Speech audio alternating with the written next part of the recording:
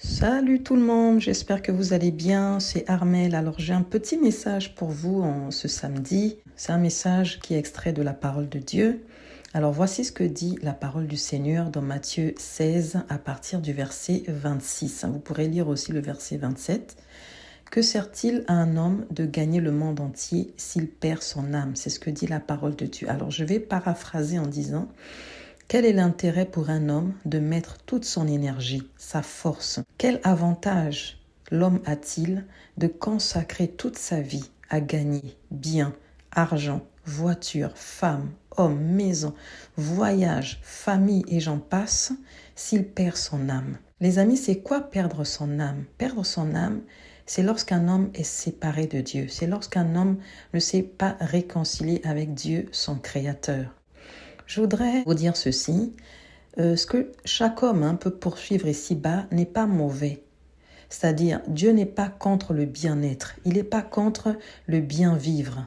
Il n'est pas pour que nous vivions pauvres, malheureux, petits, non.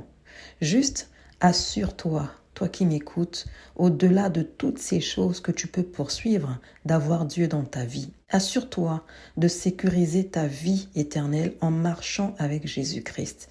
Assure-toi, mon ami, de lui avoir donné ta vie, car lui seul te garantit la vie éternelle. Oui, après cette vie, il y a une vie.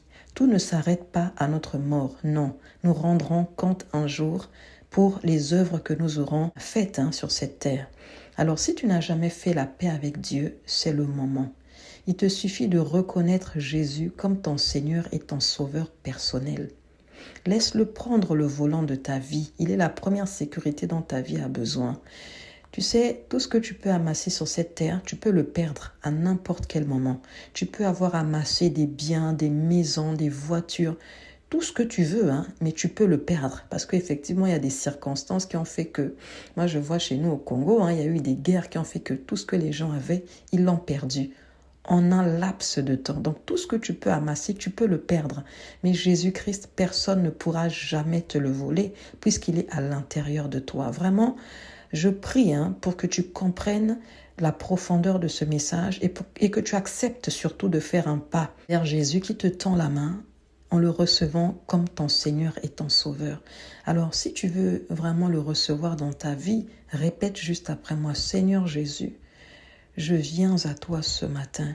Je veux te recevoir, t'accepter dans ma vie comme mon Seigneur et mon Sauveur. Sauve-moi, délivre-moi de ce monde, délivre-moi de mes péchés et accepte-moi dans ta famille comme étant ton enfant. Je veux être ton enfant, je veux marcher avec toi et je compte sur toi à partir d'aujourd'hui pour me conduire, pour diriger mes pas, pour conduire ma vie, pour me protéger et pour faire de moi quelqu'un de bien, quelqu'un qui accomplira les belles œuvres que tu as prévues pour elle, pour lui.